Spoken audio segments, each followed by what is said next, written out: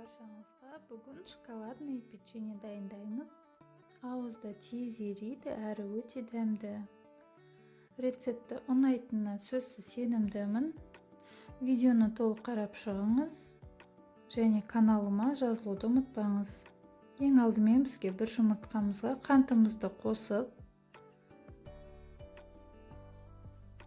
2-3 минутта араластырып аламыз.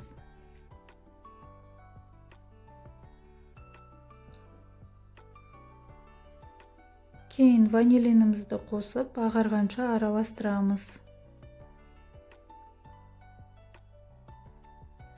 Мінекей осындай масса шығу керек. Кейін ұнымызға қопсытқышты қосып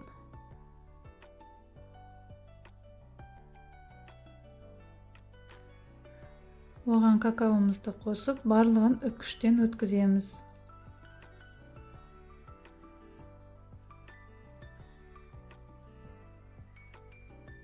Үккіштен өткізіп болған соң массамызды бір келкі болғанша араластырамыз.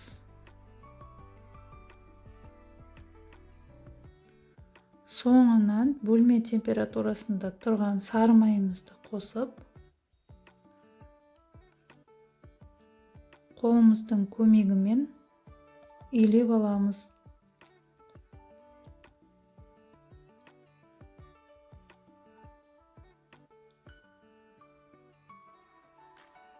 Дайын массамыздың бетін жауып, тоңазытқышқа 30 минутта қойып аламыз.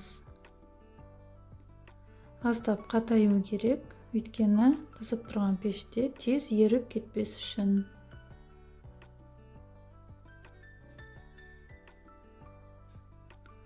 Тоңазытқыштан алып,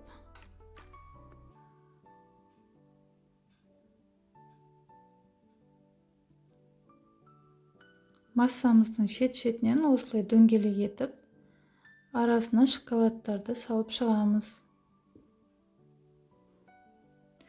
Қалауыңызша повидло немесе вареная сгущенка салсаңыз болады.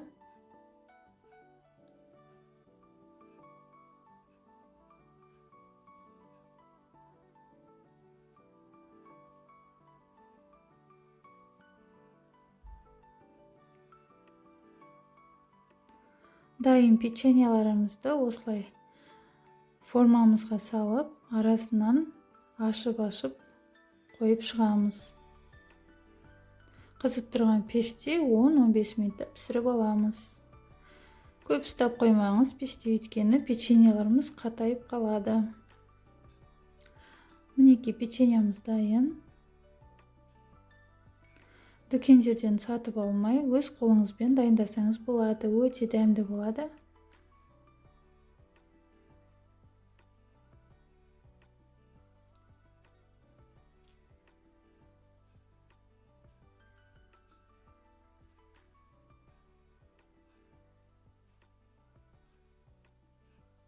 Ас болсын.